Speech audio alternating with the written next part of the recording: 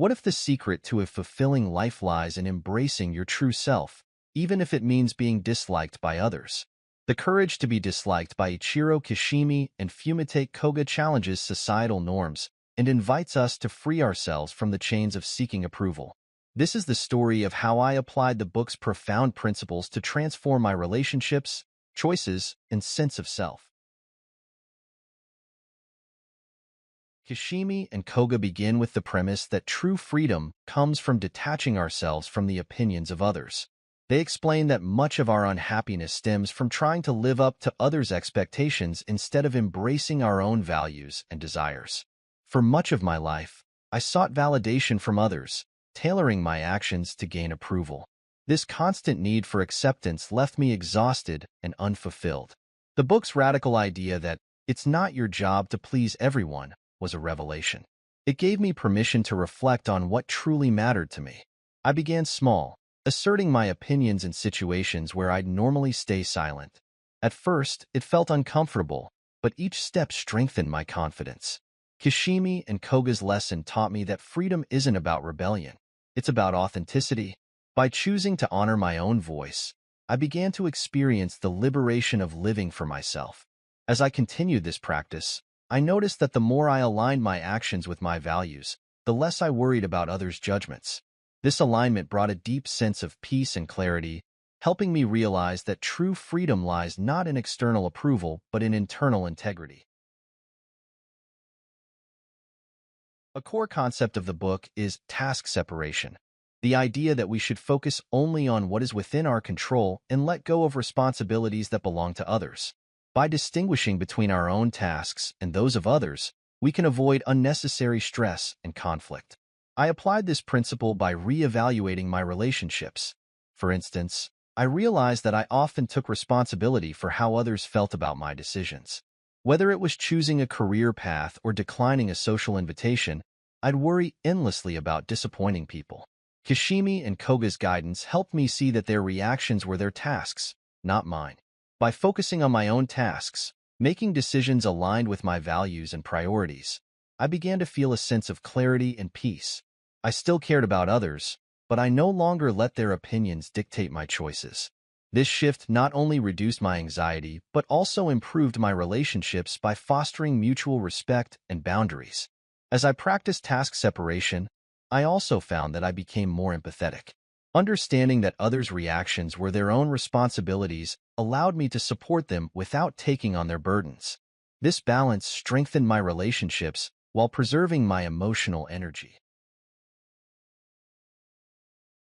Kishimi and Koga argue that both praise and criticism can be forms of control. While praise might seem positive, it can create dependence on external validation, while criticism can undermine our confidence. True self-worth, they suggest, comes from within. I started reflecting on how much I relied on praise to feel valued. Whether it was a compliment at work or approval from friends, I'd often measure my worth by others' opinions. Similarly, criticism would leave me questioning my abilities and decisions. The book challenged me to shift my focus inward, valuing my efforts and intentions instead of external feedback. To practice this, I began celebrating my achievements privately, acknowledging my hard work and growth without waiting for others to notice. When faced with criticism, I learned to evaluate it objectively, taking what was constructive and letting go of what wasn't. This practice helped me build resilience and self-confidence, reinforcing that my worth isn't dependent on others' judgments. Over time, this shift allowed me to approach both praise and criticism with equanimity. Praise no longer inflated my ego, and criticism no longer crushed my spirit. I found a sense of stability in knowing that my value came from within, not from the fleeting opinions of others. The authors emphasize the importance of living fully in the present, rather than being consumed by past regrets or future anxieties. They argue that life is a series of moments, and our happiness depends on how we engage with each one. I realized how often I let the past and future dominate my thoughts. Regrets over missed opportunities or worries about upcoming challenges would distract me from enjoying the present. Inspired by Kishimi and Koga, I began practicing mindfulness, focusing on what I could do here and now. For example, during conversations, I made an effort to be fully present, listening without thinking about how I'd respond. In my daily routines, I started appreciating small moments of joy, like a sunrise or a kind word from a colleague. These practices deepened my sense of gratitude and brought a newfound richness to my life. To further cultivate presence, I began incorporating meditation into my routine. Even 5 minutes of focused breathing helped me center myself and reconnect with the present moment. These practices transformed my days, making them more intentional and fulfilling. At the heart of the book is the idea that living authentically requires the courage to be disliked. The authors explain that trying to please everyone leads to self-betrayal, while embracing our true selves allows for genuine connections and fulfillment. This concept resonated deeply with me. I reflected on times when I'd compromised my values to fit in or avoid conflict. While it felt safe in the moment, it left me feeling disconnected from myself.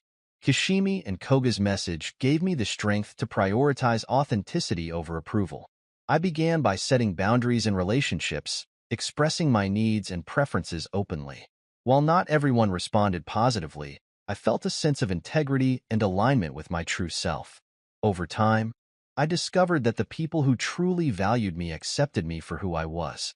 The courage to be disliked, I learned, is ultimately the courage to be free. As I embraced this principle, I also found that being disliked wasn't as terrifying as I'd imagined.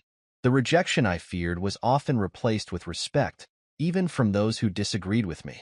This realization strengthened my resolve to live authentically, regardless of others' opinions. Kishimi and Koga highlight the importance of contributing to the community, not for recognition, but as an expression of our interconnectedness. They suggest that finding meaning in helping others fosters a sense of belonging and purpose. I started looking for ways to contribute, whether through volunteering, supporting colleagues, or simply offering kindness in daily interactions. These acts, though small, gave me a deeper sense of connection and fulfillment. I also realized that contributing wasn't about grand gestures, but about showing up authentically and sharing my strengths with the world. This shift in perspective transformed my relationships and outlook on life. Instead of focusing on what I could gain, I began asking, how can I give? The joy and gratitude I received in return were invaluable, reinforcing Kishimi and Koga's lesson that contribution is a path to true happiness. Over time, I noticed that my contributions inspired others to give as well, creating a ripple effect of kindness and connection. This experience deepened my belief in the power of community and the impact of small, intentional acts. The book challenges the tendency to blame others or circumstances for our unhappiness. Kishimi and Koga argue that by taking full responsibility for our choices, we reclaim our power and freedom. I began examining areas of my life where I felt stuck, asking myself, what role am I playing in this situation? This question shifted my focus from what others were doing wrong to what I could do differently. Taking responsibility wasn't about self-blame. It was about recognizing my agency and ability to create change. This mindset empowered me to take proactive steps toward my goals, whether it was addressing a conflict or pursuing a new opportunity. By letting go of blame, I freed myself from the victim mindset and embraced the possibility of growth and transformation. To reinforce this practice, I started journaling about challenges and identifying actionable steps I could take. This approach turned obstacles into opportunities for growth, making me more resilient and resourceful. The courage to be disliked taught me that true freedom and happiness come from living authentically, embracing responsibility, and contributing to the world without fear of judgment. It's a journey that requires courage, but the rewards, inner peace, genuine connections, and a life aligned with your values, are immeasurable. What steps will you take today to embrace your true self? Remember, the courage to be disliked is the courage to truly live.